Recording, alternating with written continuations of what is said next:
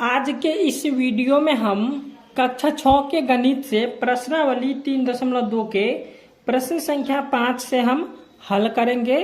तो प्रश्न संख्या 5 है, निम्न में कौन सा कथन सत्य है, और यहाँ पे अथवा असत्य हो जाएगा। ठीक है, तो प्रश्न संख्या 5 के 1 में है, यदि कोई संख्या 3 से विभाज्य है तो वह 9 से भी विभाज्य होगा। चलिए इसको हम बनाते हैं। यहाँ पे ले लेते हैं, जैसे हम यहाँ पे दिया हुआ है 3, ठीक है, और 3 है, यहाँ पे है 9। तो जब हम यहाँ पे ले लिए 3, ठीक है, और यहाँ पे हो गया 9। अब हम 9 से जब हम 3 को विभाज्य करेंगे तो विभाज्य होगा? नहीं होगा। ठीक है, कैसे?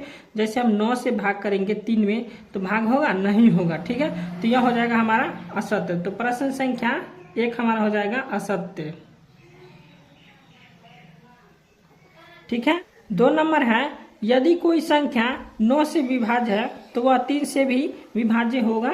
ठीक है, यदि कोई संख्या 9 से विभाज्य, ठीक है, तो 3 से भी विभाज्य होगा। तो यहाँ पे चलिए इसको हम ले लेते हैं। जैसे हम यहाँ से 9 से हम भाग करेंगे 9 में, तो यह 9 में लग जाएगा। ठीक है, 9 एकम 9। अब इसी में क्या करेंगे हम कि 3 से भाग देंगे, यहाँ पे दे लेते हैं 3, और 3 से जब हम 9 में भाग देंगे तो यहाँ पे हो जाएगा 3 तिया के 9, तो ये हमारा भाग लग जाएगा। ठीक है, यहाँ पे यही हमको बताना था कि 3 से भाग लगेगा 9 में कि नहीं लगेगा। ठीक है, तो 3 से यहाँ पे 9 में भाग लग जाता है, यह विभाज्य है। ठीक है, तो यह हो जाएगा सत्य। तो 2 का हो जाएगा सत्य। अब 3 में है, सभी संख्याएं जो 18 से विभाज्य होती है वह 3 और 6 दोनों से विभाज्य होगी। चलिए इसको हम बतलाते हैं। जैसे हम यहाँ पे ले लिए 18, ठीक है, यहाँ पे हम ले लिए 18, और जब हम 18 को 18 से भाग करेंगे तो यहाँ हो जाएगा, भाग लग जाएगा 18 एकम 18। अब इसी में हम क्या करेंगे कि 3 से भाग देंगे तो 3 से लग जाएगा 18 में भाग, 3 छक्के 18। इसी प्रकार 6 से जब हम करेंगे तो 36 का 18 लग जाएगा भाग, और इसी प्रकार हम दूसरा संख्या ले लेते हैं जैसे 36। ठीक है, अब 36 में जब हम 18 से भाग करेंगे तो लग जाएगा 18 दूना के 36। तो इसी प्रकार से हम ले लेते हैं इधर 3 से। ठीक है, तो 3 से जब हम 36 में भाग करेंगे तो यहाँ हो जाएगा 12 तिया के 36, और फिर 6 है, तो 6 से जब हम भाग करेंगे तो कितना हो जाएगा? 6 6 1 36। यहाँ पे 18 से जो विभाज्य होती है वह 3 और 6 दोनों से विभाज्य होगी, यहाँ पे होगी। ठीक है, तो यह हो जाएगा सत्य। ठीक है, अब है प्रश्न संख्या 4 की सभी संख्याएं जो 8 से विभाज्य है और 4 से विभाज्य होती है। 8 से विभाज्य है और 4 से भी विभाज्य होती है। तो चलिए इसको हम बतलाते हैं। जैसे हम यहाँ पे ले लिए 8 से हम 16 में भाग करेंगे तो यहाँ पे 8 दूना का हो जाएगा 16। अब इसमें हम क्या करेंगे, 4 से भाग करेंगे तो ये लग जाएगा, इसमें देख लीजिए 4 चौके 16। तो यही हमको बतलाना है कि 8 से भाग करेंगे तो यहाँ पे लग जाएगा 16। ठीक है, 8 दूना के 16, और 4 से करेंगे तो हो जाएगा 4 चौके 16। तो ये हमारा सत्य हो जाएगा। ठीक है, तो ये हो जाएगा 4 का सत्य। ठीक है, अब 5 में है, जो संख्या 9 और 10 दोनों से विभाज्य है तो वह 90 से भी विभाज्य होती है। तो चलिए इसको बतलाते हैं। जो संख्या 9 और 10 दोनों से विभाज्य होगा वह 90 से विभाज्य होगा। चलिए इसको हम बतला देते हैं। तो 9 से हम यहाँ पे ले लेंगे 90, तो यहाँ पे 90 लग जाएगा, 9 दहे के 90, और 10 जैसे 10 ले लेते हैं तो 10 में हम 90 से करेंगे तो यहाँ हो जाएगा 90। ठीक है, तो ये हमारा लग जाता है भाग, तो यह हो जाएगा सत्य। ठीक है, 5 का हो जाएगा सत्य। अब यहाँ पे 6 नंबर में है, यदि कोई संख्या दी हुई है, ठीक है, तो 2 संख्याओं का योग को पूर्ण विभाजित करती है तो वह उन दोनों संख्याओं को अलग अलग भी पूर्ण विभाजित करती है। तो यहाँ पे यह जो है अलग अलग पूर्ण विभाजित नहीं करती है। अब कैसे नहीं करती है देखिए बतलाते हैं। अब यहाँ पे जैसे हम ले लेते हैं, यहाँ पे क्या पूछ रहा है, योग। ठीक है, 2 संख्याओं का योग। ठीक है, तो यहाँ पे चलिए 2 संख्या का हम योग ले लेते हैं। यहाँ पे 2 संख्या ले लेते हैं, जैसे हम ले लेते हैं 5। ठीक है, इसको हम बढ़ा देते हैं आगे, और जैसे हम ले लिए यहाँ पे 5 और जोड़ हो जाएगा 3, तो 5 3 कितना हो गया? 8। अब 8 में जब हम भाग करेंगे 2 से, ठीक है, 8 में जब हम भाग करेंगे 2 से तो यहाँ से तो कट जाएगा, 2 चौके 8। ठीक है, अब यहाँ पे इस दोनों संख्या से 2 में भाग लगेगा? नहीं ना लगेगा। यहाँ पे देख लीजिए, इस दोनों संख्या से भाग लगेगा, 2 से 3 में भाग लगेगा? नहीं लगेगा। 2 से 5 में भाग लगेगा? नहीं लगेगा, पूरा पूरी नहीं कटेगा, तो इसलिए यह हो जाएगा असत्य। ठीक है,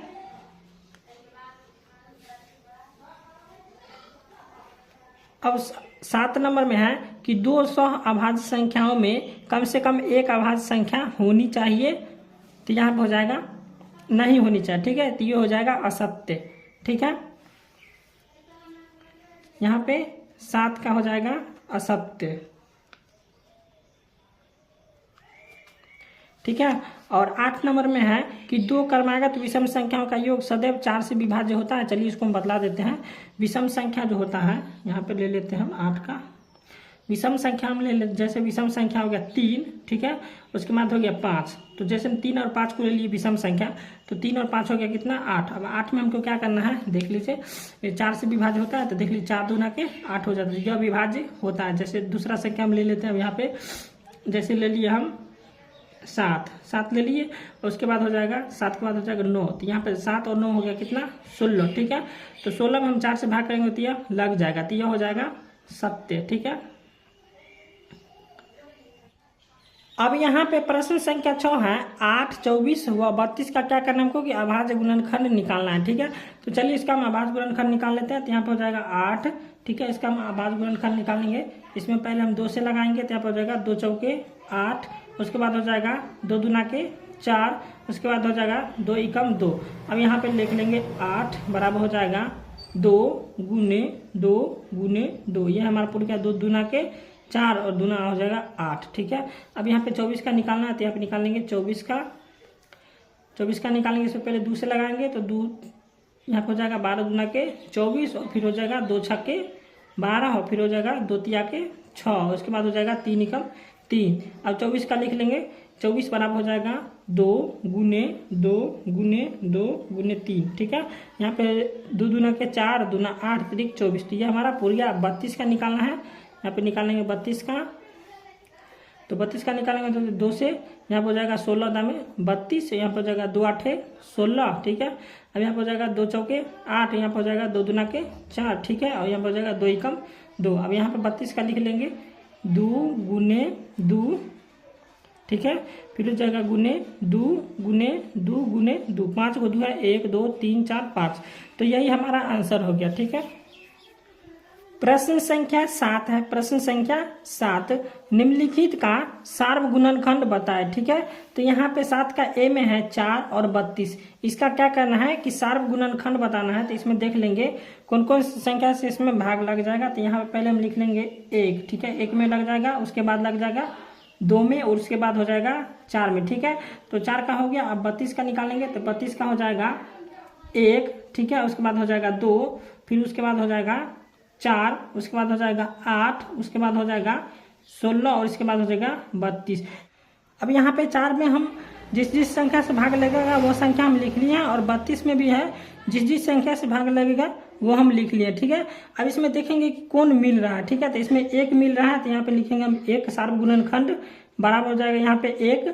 अब यहाँ पे 2 देख लेंगे, 2 मिल रहा है, तो यहाँ पे हो जाएगा 2, और उसके बाद 4 भी मिल रहा है, ठीक है, तो 4 हो जाएगा। यहाँ पे सार्वगुणनखंड इसका हो जाएगा 1 2 4। तो प्रश्न संख्या 7 के ए का आंसर आ गया 1 2 4, ठीक है। अब प्रश्न संख्या 8 है, अब प्रश्न संख्या बी है।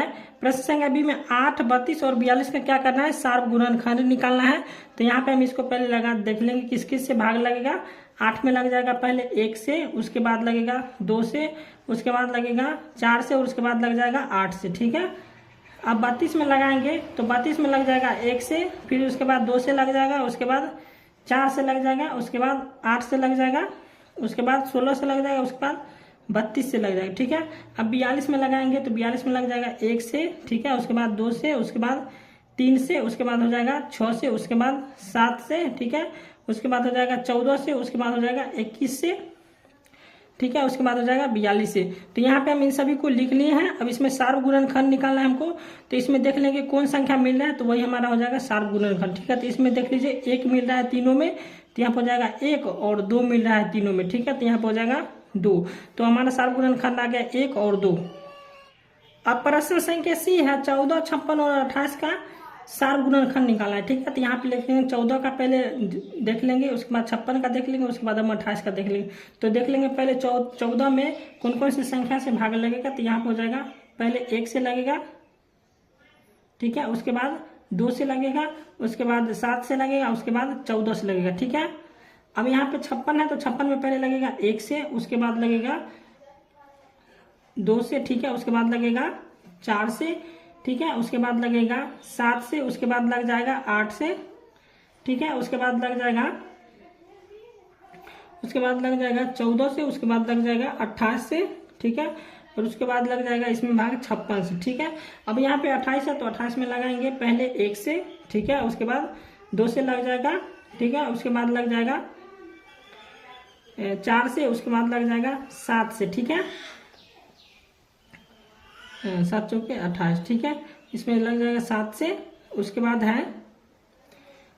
लग जाएगा इसमें 14 से, उसके बाद लग जाएगा 28 से। ठीक है, अब इसमें देखना है कि कौन संख्या मिल रहा है तीनों में, तो वही हमारा हो जाएगा सार्व गुणनखंड। तो यहाँ पे हम लिख लिए सार्व गुणनखंड बराबर, ठीक है, अब इसमें देख लेंगे कौन संख्या मिल रहा है। तो यहाँ पे देख लीजिए 1 मिल रहा है तीनों में, और उसके बाद 2 मिल रहा है तीनों में, ठीक है, तो यहाँ पे हो जाएगा 2, और उसके बाद 7 मिल रहा है, 1 2 3, तीनों में मिल रहा है 7, ठीक है, तो यहाँ पे हो जाएगा 7। तो सी का सार्व गुणनखंड आ गया 1 2 और 7। अब प्रश्न संख्या 8 है, निम्न का गुणज निकाले। तो यहाँ पे दिया हुआ है ए में 8 और 10, 8 और 10 का क्या करना है, गुणज निकालना है। तो यहाँ पे निकाल लेंगे हम, 8 का पहाड़ लिख देंगे, ठीक है, तो यहाँ पे लिख देते हैं 8 का पर 8 का 8, 8 दूनी 16, 8 त्रिक 24, और 8 चौक हो जाएगा 32, 8 पंचे 40, 8 छक्के 48, 8 सते 56, 8 अटी 64, 8 नमा 72, इसी तरह से चलता जाएगा। और ये यहाँ पे 10 का गुणज निकालना है। तो यहाँ पे हो जाएगा 10 का 10, 10 दूनी के 20, 10 दिया के 30, 10 चौके 40, 10 पचे 50, 10 छक 60, 10 सते 70, 10 आठे 80, और 10 नमा 90, इसी तरह से चलता जाएगा। अब यहाँ पे बी में है 4 और 12 का गुणज निकालना है, ठीक है, तो यहाँ पे हम लिख लेंगे 4 का पारा, 4 का 4, 4 दूनी के 8, 4 दिया के 12, 4 चौके 16, 4 पंचे 20, 4 छक 24, 4 सत्ते 28, 4 आठे 32, और 4 नमा 36, इसी तरह से चलता जाएगा। अब यहाँ पे 12 का गुणज निकालना है। तो यहाँ पे हो जाएगा 12 के 12, 12 दूनी 24, 12 तिया 36, 12 चौके 48, 12 पंचे 60, 12 छक 72, 12 सत्ते 84, 12 आठे 96, 12 नमा हो जाएगा 108, इसी तरह से चलता जाएगा।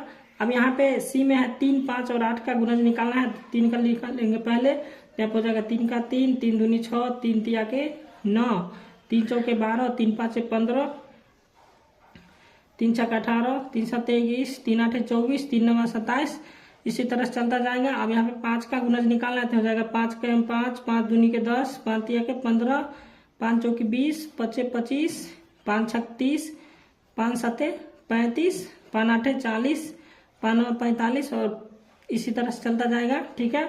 अब यहाँ पे 8 का निकालना है। तो यहाँ पे हो जाएगा 8 का 8, 8 दूनी के 16, 8 त्रिके 24, 8 चौके 32, 8 पंचे 40, 8 छक्के 48, 8 सत्ते 56, 8 अठी 64, 8 नमा 72, इसी तरह से हो जाएगा, ठीक है। तो हमारा प्रश्न संख्या 8 बन गया है। प्रश्न संख्या 9 है, निम्न का सार्व गुणज लिखे, ठीक है। तो निम्न का क्या करना है कि सार्व गुणज निकालना है हमको। तो यहाँ पे 9 का ए में है 4 और 14, इसका क्या करना है, सार्व गुणज निकालना है। तो यहाँ पे लिख लेंगे 4 में कौन कौन संख्या से। तो यहाँ पे पहले 4 का पहाड़ा लिख लेंगे, ठीक है। यहाँ पे चलिए लिख लेते हैं 4 का 4, 4 दूनी के 8, यहाँ पे हो जाएगा 4 तिया के 12, उसके बाद 4 चौके 16, 4 पाँचे 20, उसके बाद हो जाएगा 4 चौक 24, उसके बाद हो जाएगा 4 सत्ते 28, 4 आठे 32, 4 नमा 36, और 4 दस हो जाएगा 40, ठीक है। अब यहाँ पर हो जाएगा 11 चौक 44, ठीक है, और यहाँ पर हो जाएगा 12 चौके 48, ठीक है। अब 12 के बाद हो जाएगा 13, 13 चौक हो जाएगा 52, 13 के बाद हो जाता है 14, 14 चौक हो जाएगा 56, अब यहाँ पर हो जाएगा 14 चौक 56, उसके बाद हो जाएगा 14 चौका 56, उसके बाद 15 चौक हो जाएगा 60। तो यहाँ पे हम 60 तक लिख लिए, ठीक है। अब यहाँ पे 14 का लिखना है। तो यहाँ पे लिख लेंगे 14 का, यहाँ पे लिख लेंगे 14 के 14, 14 दूनी के 28, उसके बाद हो जाएगा 14 तिया के 42, उसके बाद हो जाएगा 14 चौके 56, उसके बाद 14 पंचे 70, ठीक है। उसके बाद हो जाएगा,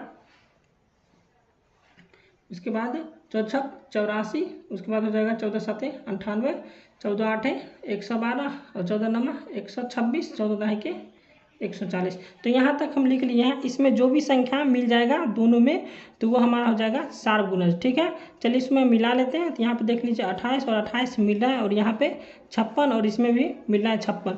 तो यहाँ पे हो गया मेरा सार्वगुणज हो गया 28 और हो गया 56। ठीक है, अब इसी प्रकार से हम दूसरा देख लेंगे 8 और 24। ठीक है, 8 और 24 का हम लिखेंगे तो हो जाएगा,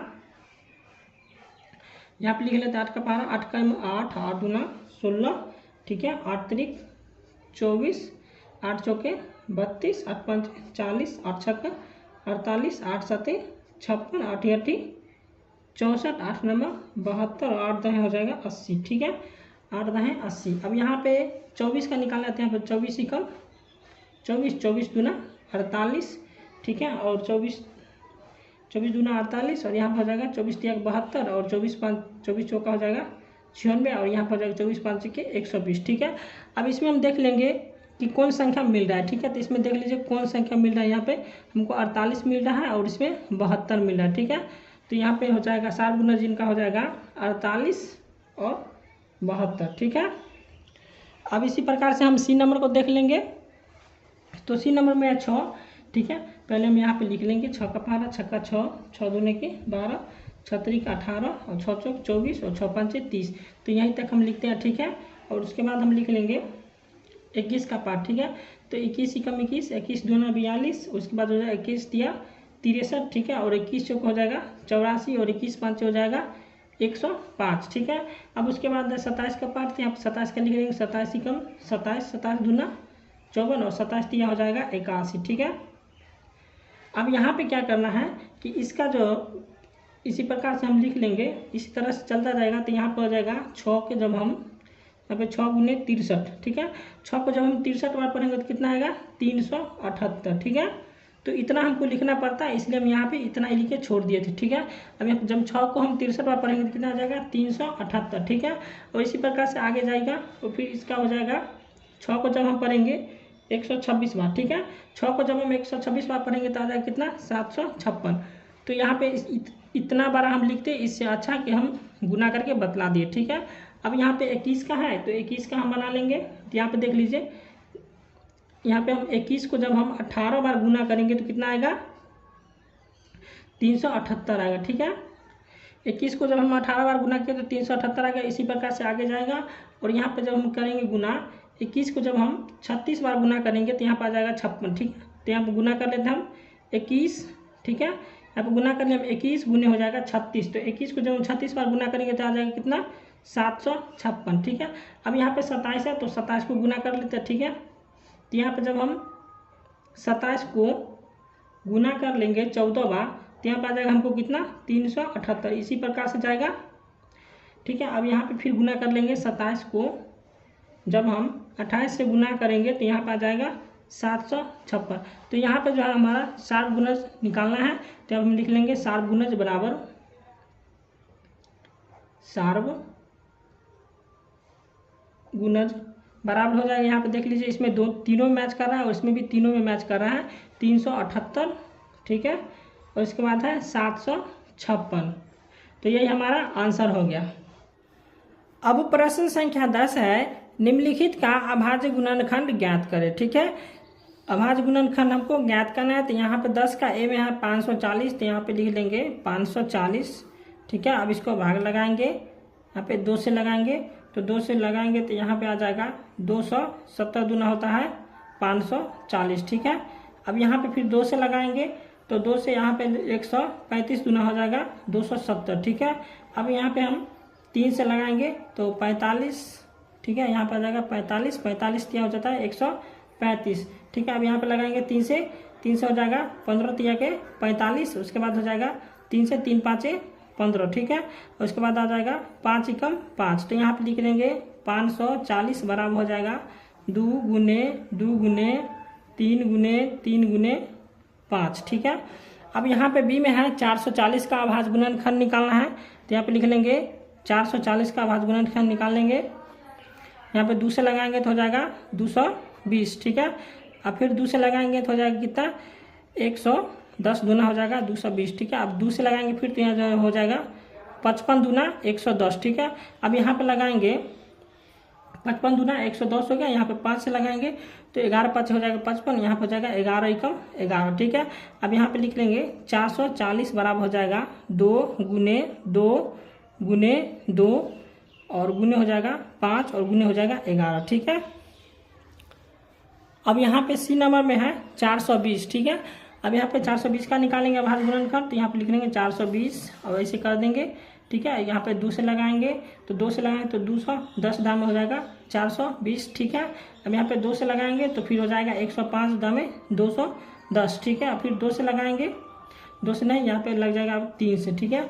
अब 3 से लगाएंगे तो यहाँ पे हो जाएगा 35, यहाँ के 105, ठीक है। अब यहाँ पे लगाएंगे कितना 5 से, तो 5 7 हो जाएगा 35, ठीक है। अब यहाँ पे 7 एकम 7 हो गया, ठीक है। अब यहाँ पे लिख लेंगे 420 बराबर हो जाएगा 2 गुने 2 गुने 3 गुने 5 गुने 7। तो हमारा प्रश्न संख्या 10 अभाज्य गुणनखंड निकल गया।